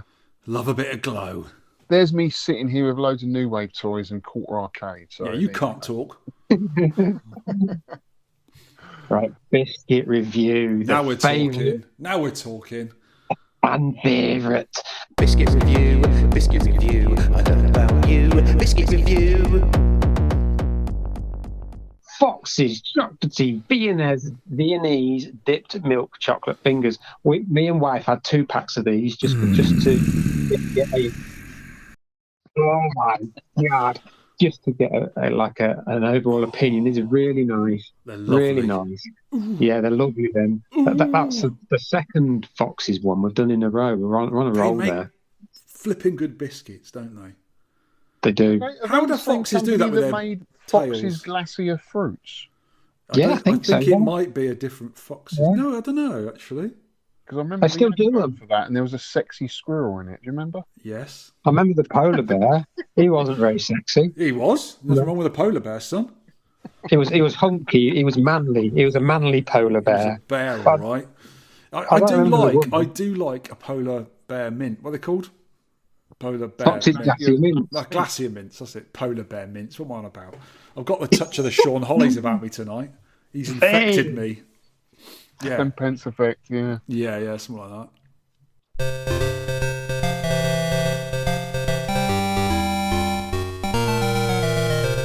Musical memories. Right, musical memories from September 1999. Oh my god. Modern times, sort of. Yeah, I had to really think hard about this one, and then suddenly it all came back. So this was a year before I got married. I don't know whether I want to go into that because that didn't last long. 7-year itch.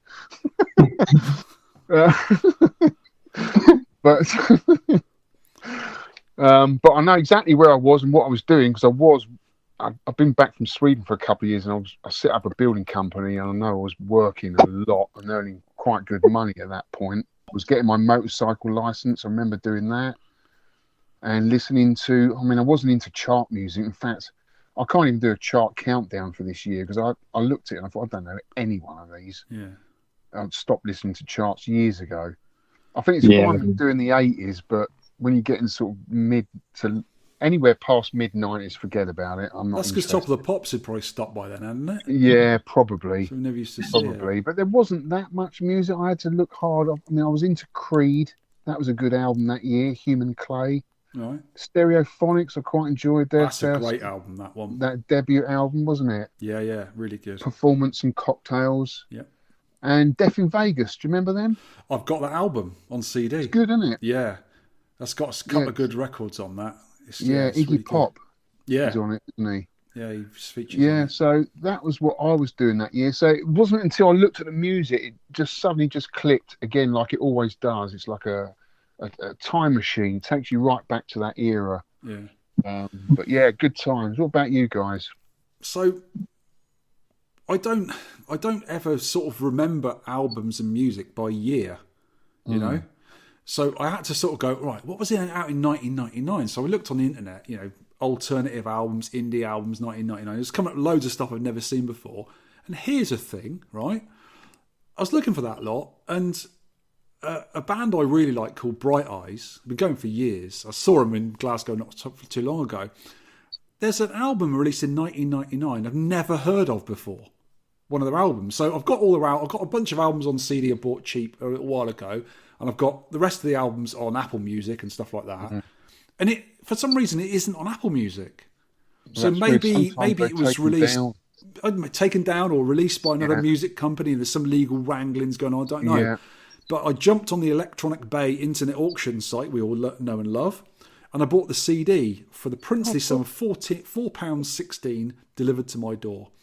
So I'll be ripping that and putting it on my modded iPod. Let's see if I can find it. We've got a lot to thank the musical memories section for that. Yeah, because I never would have found it otherwise. Because it's simply not on Apple Music. I completely missed it. I mean, there were other albums. Like, I know Stone Temple Pilots released an album that year, but I know I wasn't listening to it. And Nine Inch Nails have released an album that year, but I know I wasn't listening to it that year. Yeah, they passed their prime by then. Yeah. Because that album's called The Fragile, and I don't think much of it. But yeah, I know what you mean. Yeah. What about you, Sean? Well, I struggled this year as well, but I found Richie Hawtin, Dex, EFX, and 909. So it's one of my heroes. He does Plastic Man, and he does a lot of other stuff. So he got 2 decks, an effects unit, and a 909 drum machine, and just jammed with them and made an album. And I listened to it in the car, and it is very like minimal techno before. It's very, very minimal. And I found it looking back now. I was amazed by it because it's like it's syncopated rhythms in that. But when I listen to it now, it's just like a bit meh. I'm not. Yeah. It's not as interesting to me anymore. Where did you find out about it back then? Because that's not chart music. Because I've never heard of this. Yeah, I don't know. I used to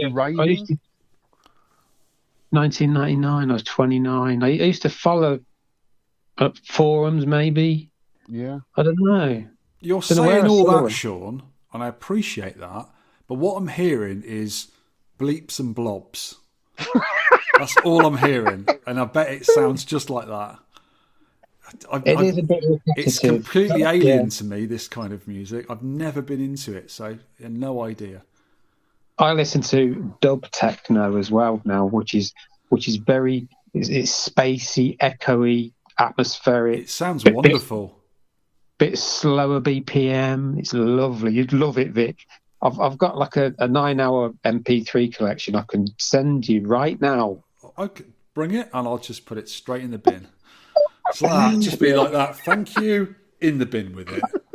That's car music. Driving home at night after a hard day at work. A bit of goodness. Yeah. No, not that. What you saying? Yeah. I worry about you sometimes, Sean. 2 other albums, DE9, Close to the Edit. I might listen to that. Might be a bit better. And DE9 Transitions. I saw him live.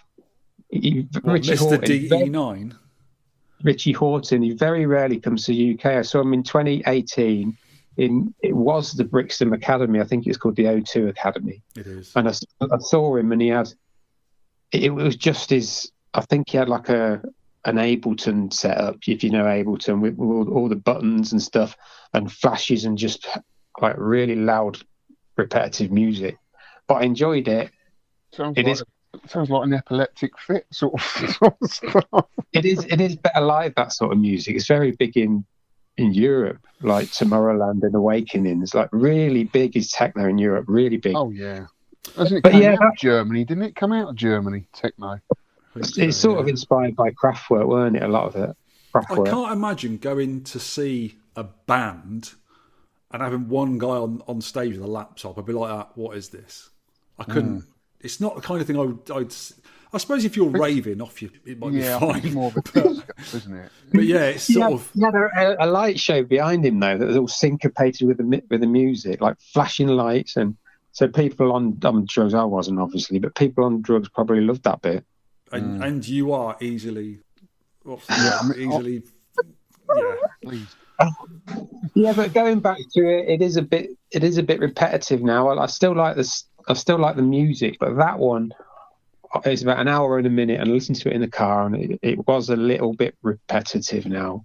But worth a listen, because it really blew my mind at the time. Because there's nothing that like that before it. Okay. Right, featured game review. Feature game review. Featured game review. I don't know about you. Game review. Go on, sorry. From 1999. It is Prehistoric Isle 2 on Neo Geo hardware, MVS cart. I've got one. I thought you might have. You're big into your MVS, aren't you?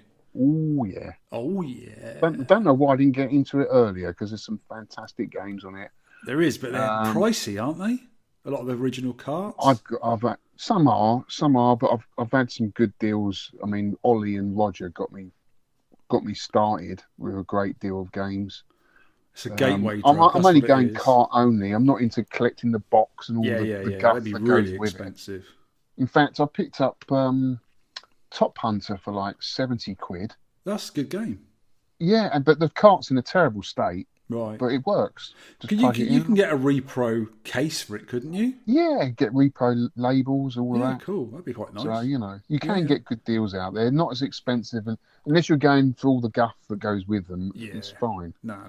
But yeah, it came out in Japan as Prehistoric Isle 2 Primitive Island. I'm not sure if there's any differences, is there?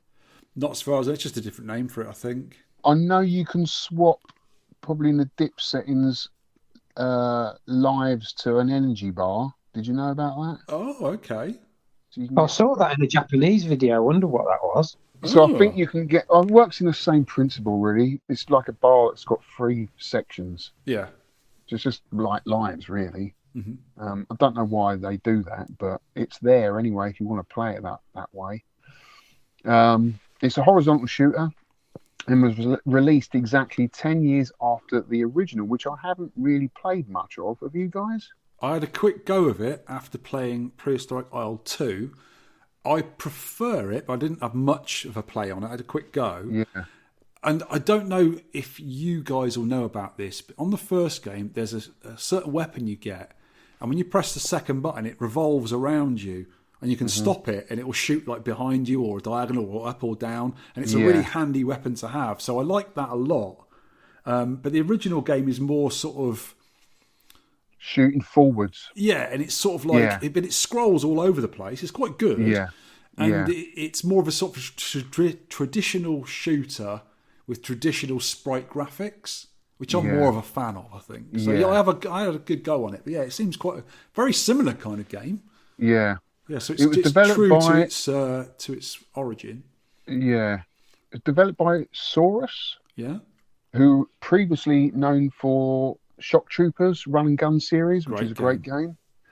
Published by Yamikobo.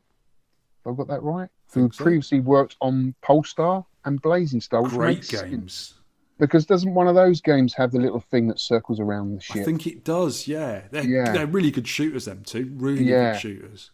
Does Axley do that? Or Axley does that, doesn't it? On the SNES, you can move your weapons behind you. You can, but it doesn't have like a satellite ship that goes around you. There's a few shooters that do that, and I quite like it, because what you can do is sort of, if something's coming from behind you, you can set it up so you can like cover yourself. It's quite a cool little thing to do. You know what? That would have been quite handy in this game, because there's an enemy on stage 3 that comes behind you, which really got to me.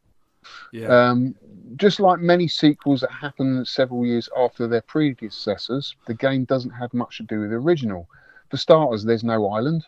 The dinosaurs are attacking a modern day city, so there isn't much prehistoric stuff either. Only a couple of stages actually deal with the beasts attacking human settlements, though. So it's not even a Godzilla-esque experience the intro seemed to promise. The biplanes have been replaced by modern attack helicopters, which counts as a plus, since shoot-'em-ups and video games in general that feature choppers are pretty rare. Gameplay. The developers got rid of the multi-purpose pod, which we've just been talking about, and replaced it with more secondary weapon system based on icons that switch between two kinds of powers up. A straight spread shot, like Raiden.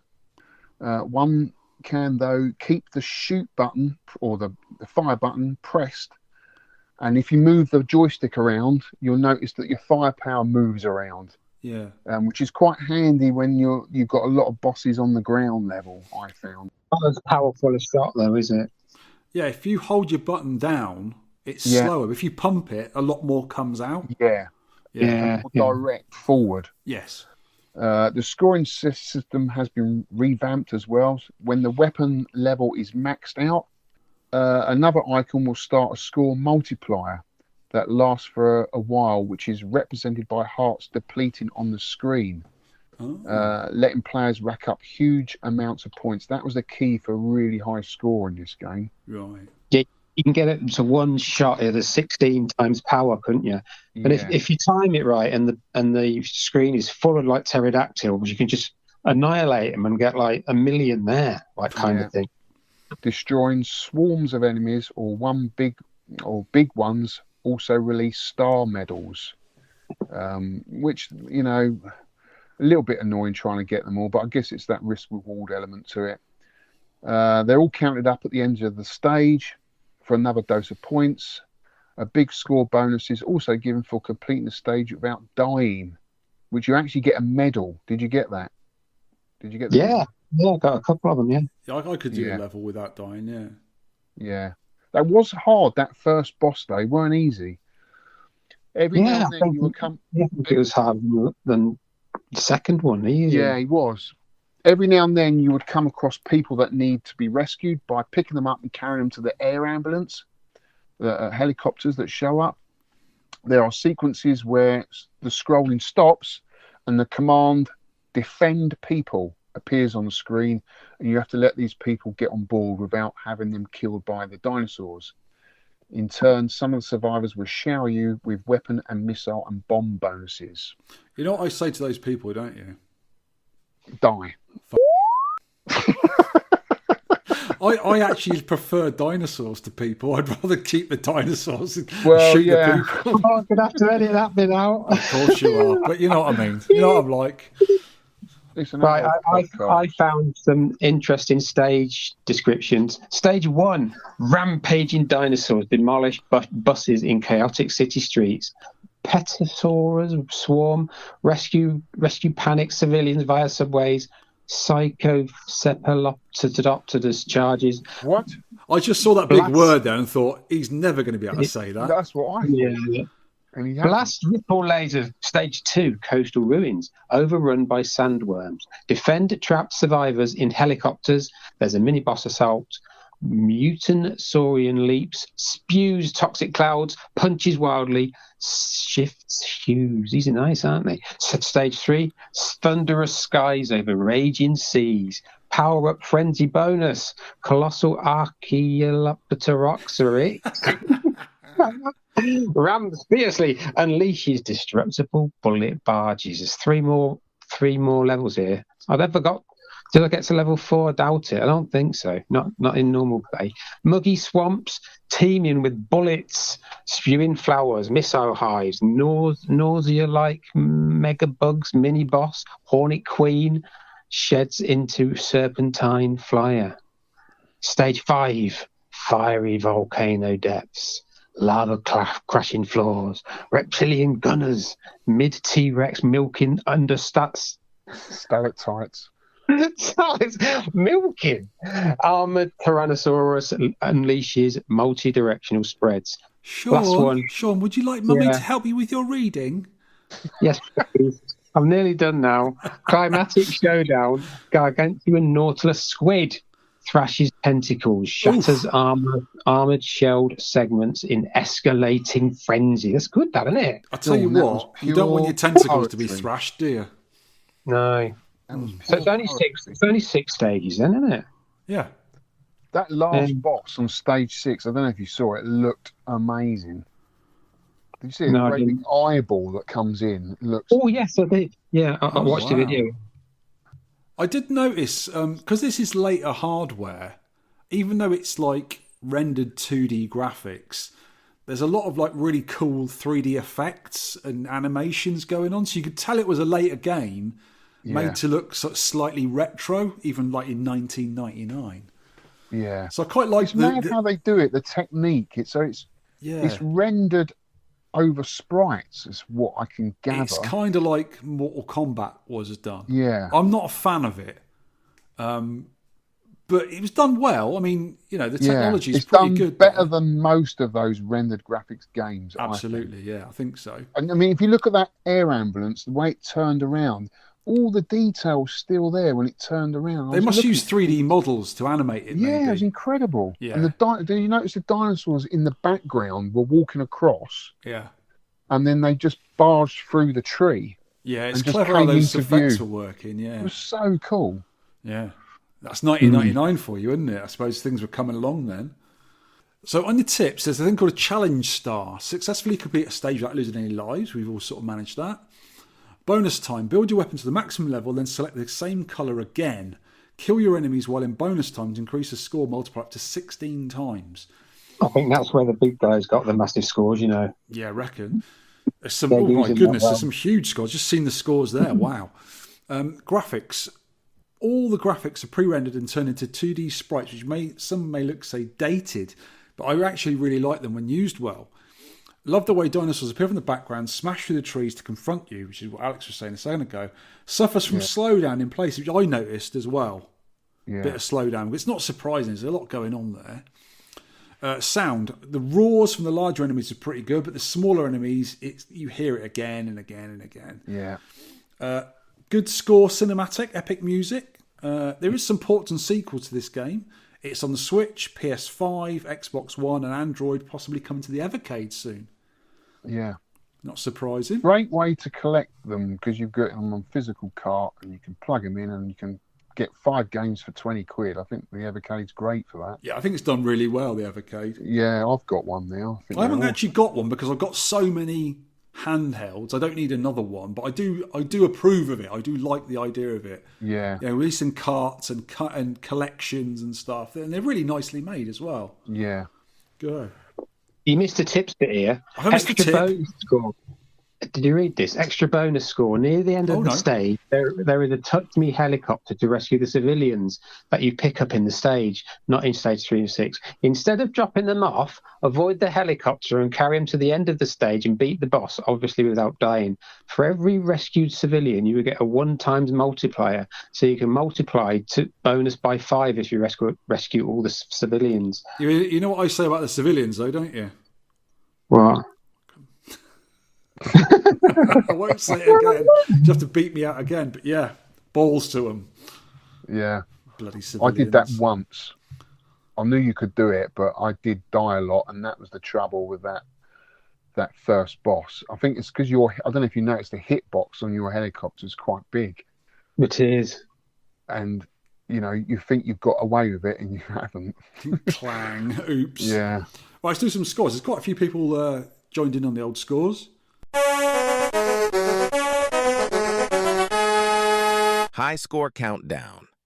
So number 30, J Ping Barber, 1,085,400, and he says graphics are probably amazing in 2000. Looks nice, but there were better games 20 years before this. 29, Mark What No Gravy, that's 1 million, isn't it? 87,900. No wonder they are extinct. Basil the same, 1,090,300. Very nice graphics and sound, varied enemies and power-ups, mega tough, but enjoyed this. Great shooter. Davy Boy, or is that Del Boy? Davy Boy. 1,225,400. I really enjoyed this one. It's a great looking game that still holds up today. It's not so impossibly difficult like a lot of bullet hells, which turns me off shmups.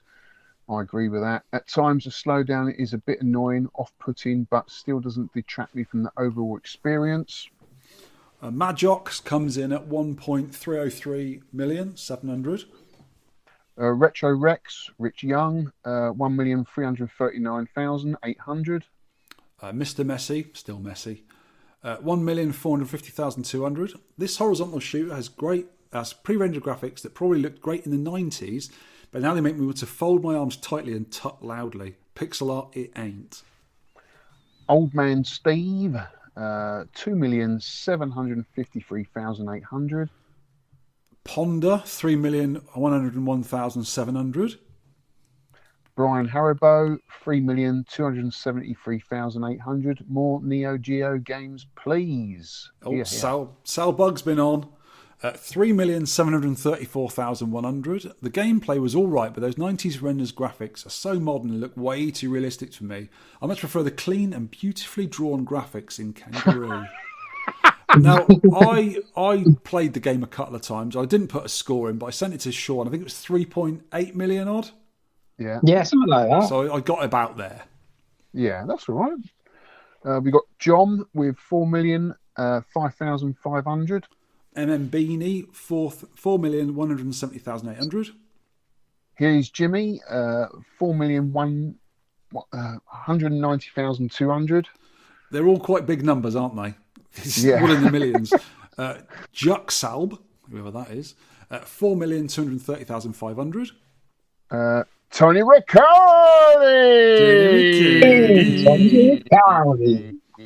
He likes the ghosts, he likes the goblins, he likes the ghosts, he likes the goblins. Go on, sorry. 4,233,400. Almost forgot to submit my really poor score for the final change. Probably enough to earn me a point. Happy Christmas, Tony.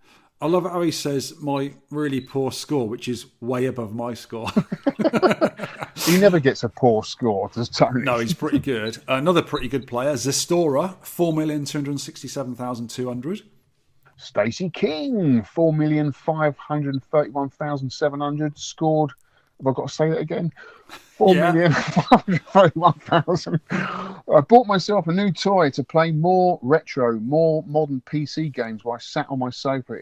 In this case, sat in the car waiting for my daughter to finish drama. This is a really nice feeling game, and the power-ups are fun. With my fave is cooking dino with napalm. So what was the toy you bought, Stacey? You haven't mentioned what it actually is. Yeah. Is that Steam Deck or something like that, maybe? Or he messaged me. I think I put it in the show notes somewhere. I'll put it on. It's a something massive go face. Oh, I'll put it in the show notes. Yeah, he said he got it for 300 quid off eBay. It's normally 500 quid, and it's similar to Steam Deck, and he's pimped it out with like MAME and stuff. And I like to know that Sean's factual documentarian ways haven't changed at all when he comes up with some facts.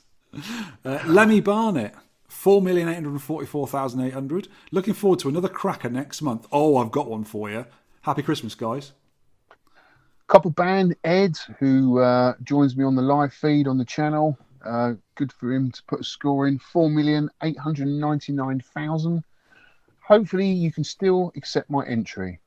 Slightly after the cut-off. Here's my best score, achieved over a week ago, and I had all the intentions to improve on it this week. Unfortunately, the super flu completely took me out of the last week. I've not been able to get out to my games room. Gutted as I've now realised there's many ways to rack up some mega bonuses. I'd have also liked to have tried the different Jack version, which has the 5-hit life bar instead of 3 lives, which I was talking about earlier. Mm-hmm.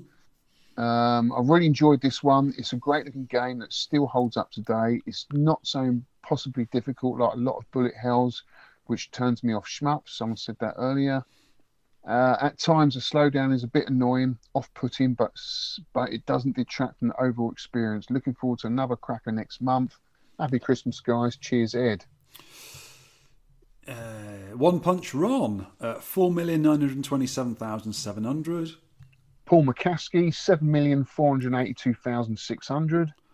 Bobus, 9 million, quite a jump, 667,000. First time playing Prehistoric Isle 2 for the 10 Pence Arcade Podcast Challenge. It's safe to say that I'm no good at it. Fun game, though. I beg to differ. You're pretty good at it, Bobus. Yeah. Yeah, sure. I mean, I worked out, right, that there's a baddie that I can't kill, and he does sort of somersaults, doesn't he, at the end?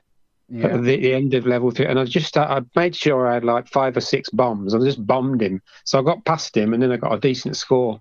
Let me give you for that. Yay! 14,377,900 for me, but in number 7. Alex. Yes, 4 points. Wow. 15,857,600 points. Good scores. I'll tell you where I got stuck on that bloody pterodactyl on stage 3. Everyone kept saying he was easy, but he kept dive bombing me, and every time I got caught out, so I never got past it in the end. But I reckon I will next time. I think you'll find it's pronounced pterodactyl. Yeah. That's what we used to call them as kids, pterodactyls. Teachers hated it. Rygar, 18,380,600. Been a busy month for me. I've hardly had time to play. Still, better late than never. What do I think about Prehistoric Ilse 2? Nice visuals, but terrible slowdown and repetitive on-rails gameplay. Oh. Stuart Time Warp Arcade, 6 points with 18,578,600. Great score from the Time Warp Arcade owner, Stuart Tracy. Well, he's probably got it in a cab. He can probably play it whenever he likes. Yeah, he put it in a cab, especially for this challenge. Nice. Yeah. Mr. Berserker, 26,455,300. A massive jump there. What a fab game Prehistoric Ilse 2 is. I've thrashed it tonight.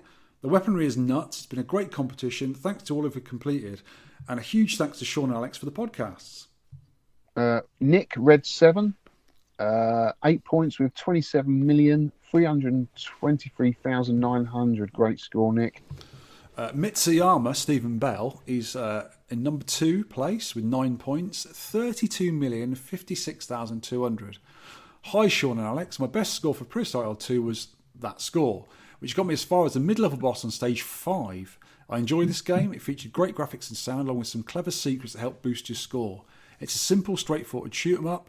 The only downside is that some of the enemies would appear on the screen for a brief moment before your shots caused any damage. There were also occasions when pickups would spawn during the rescue sections and you couldn't collect them immediately. You had to wait until they moved to a specific position on the screen.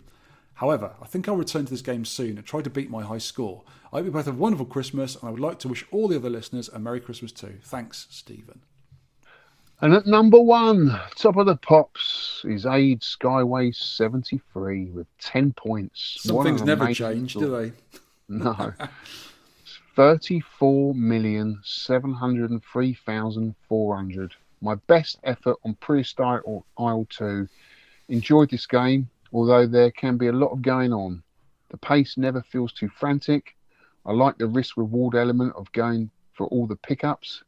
Thanks for the podcast. Fun this year, chaps. Merry Christmas to all. Well, thank you all for joining in. That was quite a lot, wasn't it? Yeah. 30. Hunters. Wow. Well, 30. Right, we have the 10 pence high score league winners table. This is what you've all been waiting for, kids. No, you haven't. Here we are. The number 1, the winner this year for the first time is Mr. Berserker with 97 points. Wow. Rygar has been knocked off his throne. Uh-oh. After 4 years. 4 years. Wow. 4 years after beating Charlie Fire. 91 points. Aid Skyway, 72. Mitsuyama, 63. He's come on really well this year. Sal Boggs up there, 39 points. 5th. MM Beanie is a new player, he's done well. Alex, 7th. I know. 7th, yeah. First full year, isn't it? Because I only joined halfway through last time, didn't I? Yeah, Tony Riccardi's in. Pingy, I'm 10th with 25 points. Oh, Mr. Messi, he's Jimmy, One Punch Ron. They're all on there. So you can see all of them on the website. And I've just screen grabbed this because I was going to do some spreadsheet analysis of it. Oh, but I've got all the data and all the scores from 2016 when we started. So in 2016, 17, 18, 19 and 20, Charlie Farr won it. Of course he did. Came first. I've never come first, I've come second 3 times. I've come first loads of times. In my mind. Put in a new kid on the block from Maine 2021. Rygar 21, 22, Rygar 23, Rygar 24, Rygar, and 25 now, Mr. Berserker. And you can see me sliding down the rankings. And I think I was chair. I think I was 9th this year. And then Vic, I got your. Oh, I've always been poor because I do not give two hoots. What happened, Sean? What happened to you? What happened to you? You've just gone downhill. Yeah. In life generally, or with the scores? Yeah. bit of both, really, mate. Bit of both. I don't really. If it's a really good game like this one, I play them a lot and I enjoy them. But if I don't not gelling with it, then I don't play it a lot. So I don't get. I don't get a massive score. I used to really rinse them, but I'm finding I don't have enough time really to do that now. You make time. This is the podcast. It's your life. Take a day off. Whole life evolves around the podcast, Sean. Forget everything else. Oh yes. Serious are you? You're not serious enough. I couldn't care less. No. But what was I going to say? Yeah, t-shirts. The winner gets a t-shirt. So, Mr. Berserker, what's your t-shirt size? And I'll send you a t-shirt. And Rygar, I don't know if I ever sent. I think I might have sent you a t-shirt when you first won. But let me know, and I'll send you another one. So, Mr. Berserker, give me a size of probably medium or large, and I'll send you a spangly, lovely 10 pence t-shirt with a blue logo and the white background t-shirt. It's lovely. Right, how many 10p's would we have given this game? I put 9.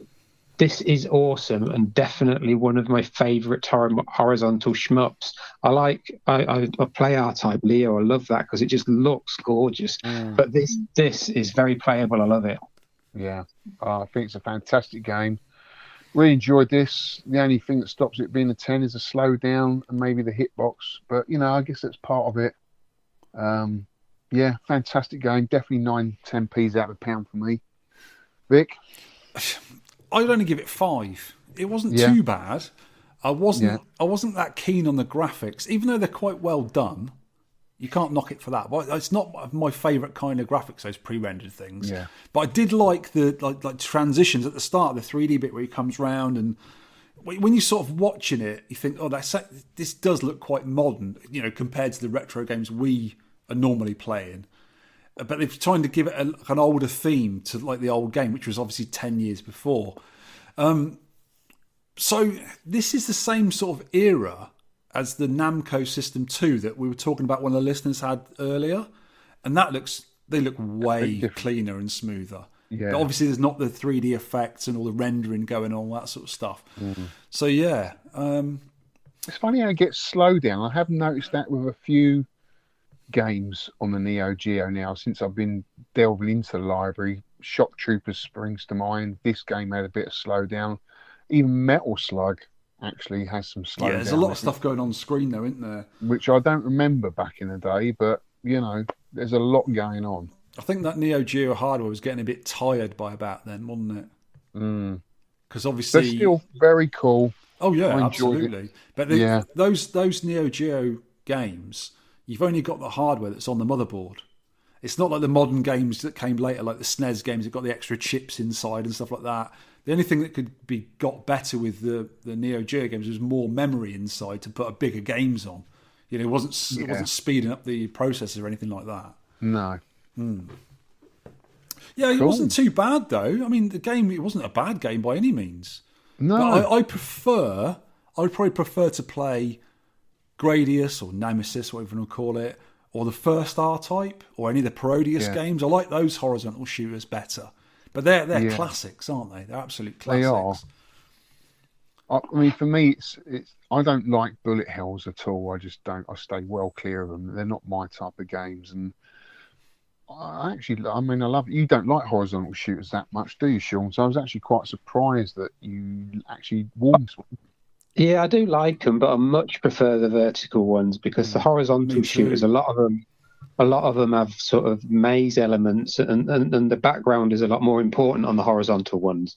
On the vertical ones, there's very rarely you have to dodge the background. I think you do on, obviously, Radiant Silvergun. You have to go through a maze, and there's like stuff like that.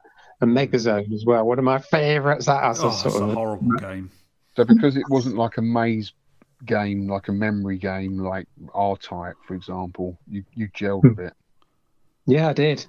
Yeah, the R-Type, I could never be bothered with that because it is a memory game, and you got the big ship in the middle of the screen, and you've got to work your way all the way around it. I love that part of it. Yeah. Because I never really, before we did R-Type again on the podcast, I knew it was a game, and I knew what it was like, and I played it on the Spectrum years ago and all this sort of stuff. And then when we played it on the podcast, I got right into it, and that bit of edging your way around the top of it and then going around the back of the big massive spaceship, taking out all the different bits, I really enjoyed. And I've yet to complete R-Type. I've done that level with a big spaceship. I got quite far in it, but I've never completed it, and I want to try and do that one day. I'd do love like to R-Type. complete that. Yeah, it's a good game. Yeah. I mean, I would have taken part in a lot of those games back in the day, but I never had a jammer setup. I've always had dedicated cabs, so it was always difficult for me to join in with a lot of stuff. Yeah, that's why you always need a jammer cab with MAME in it or something. Yeah, so I've got 2 Pies now. Yeah. And I've got a Mister on loan, which I'm absolutely loving. I don't use mine enough. I've got 2 Misters and I don't use them enough. They are great though. They're really good. Yeah. Just fire it up, game comes up straight away. It's just like putting a PCB in. You can't tell the difference. Bish bosh. Yeah. Right. Next show's game. The next show's game, to start off the 2026 league, it's undecided in the show notes. It's left blank. I'm choosing it. I'm putting my foot down. I'm putting my finger down. I'm putting everything down. Yeah, right. Well, as guest presenter, we thought you could pick the next game. Silence! I will demand my game. Have you? We've got a list on the website now, and it's every game we've ever done. So you can't pick one twice. Okay, you have to tell me because I've missed a few. So I've got a choice of 3 here. Go on. My first choice is versus Dr. Mario. Because Dr. Mario is amazing, and there's an arcade version of it. Have we done it? We've done that. I think so. Oh, bummer. I don't think you have. Sean's just looking up his database right now. He loves a database. That's versus Dr. Mario, podcast 77, December 16. Yeah, of course we did. Damn bugger. Yeah, that's my right. Okay, next one, Salamander. Ooh, we've not done Salamander. And you've got to say it in a Dorset accent. Salamander. I'd like to put some time into that one, actually. Yes. Shall we do the other one? It's a really janky game, but I quite like the look of it. It's Wily Towers. Never heard of it. I know. Wily Towers. Who's it's it a by? weird looking game. It's a little platformer. I'll tell you what, let's do Salamander then, because Salamander's a classic, isn't it? Yeah. Let's do Is Salamander. that got vertical and horizontal sections? It does. Oh yeah, I remember it. It looking really good. Yeah, go for it. It's another shooter. Yeah. I hope the listeners. Vertical or horizontal game? A bit of both. It's a horizontal-oriented game, right? But it does have areas where it flips around and you're shooting up the screen as well. Okay, but it's horizontal. It's horizontal, yeah. Great game. Awesome. And does have a lot of slowdown. It has a lot of slowdown. Anyone's got an original PCB of it? I bet you have. I haven't, no. It's quite an expensive one, isn't it? Oh, God, yeah. Yeah, I thought so. Loads of money. I mean, it emulates lovely, so it's fine. Yeah. Right, I will interject with the ROM and the dip switch settings. They'll be all default, and I will put them in here. Okay, the game ROM is Salamander, Salamand, without the ER on the back. That's version D.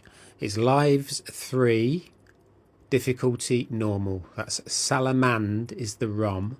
Lives 3, difficulty normal. So that's the same on everything I've found, like Raspberry Pi and everything. Make sure you've got the right ROM on the Raspberry Pi. Cheers, I go. Right, submit your score. Whoop, whoop, whoop, whoop. Score submitting time. Sorry, deadline Saturday, the 10th of January. Wow, 2026, 5 p.m. UK time. You can Twitter us on X Twitter, hashtag 10p score, 10p score, Sidekick app in the 10 pence club section, or email biscuits@10pencearcade.com. Get your ROMs from whenever you can find legit arcade ROMs, be that the Switch, the Evercade, the Raspberry Pi, check your ROM name, and Antstream. No continues allowed. Absolutely not. Obviously, kids. Right, that's it. That's another episode with our lovely special guest, Mr. Victor Marland. Oh, it's been great to have you back, mate. Happy Christmas, everyone. This is your Christmas present from me to you. Yeah. Worth where can absolutely everyone find you, Vic? nothing. If people want to get hold of you, how do we get hold of you? I'm in Glasgow. Substack. Yes. You can get on my Substack, which is like a blog post thingy, which you can read about stuff and see pictures and things that I'm doing. It is victinkerings.substack.com. And the way Substack works is you can get stuff sent into your email, or you can actually join into it. It's all free. You don't have to pay anything for it, and it's up to you how you view it. But come on there, join in, send me posts and comments or whatever. If you've got any ideas for something you want me to tinker with or make or fix, I might give it a go. I know what your next project is, Vic. What's that? R-Type. Major title, yeah. Yeah. They're easy, mate. Honestly, I can do one for you. Bring it up when you come up. Awesome. No awesome. bother. Well, it's been great having you on, mate. A real Thank pleasure you. to have you back. You know, all It's been three of nice. us. It's But- great, all of us being it together. As usual, after doing almost a 2-hour podcast and farting about for half an hour, I'm desperate to go to the toilet. I've had 2 Right. cans of Diet Coke doing this. Cheers, Vic. Thanks for coming on, mate. Cheers, guys, and see you all. Thanks, listeners. Yeah, have a good Christmas, See everyone. ya. Love you, Vic. Bye-bye. Bye. Bye. See you, mate. See you, Alex. Enjoyed it this year. So have a good Christmas as well, mate. Thank you. Bye-bye. Love you all. Bye-bye.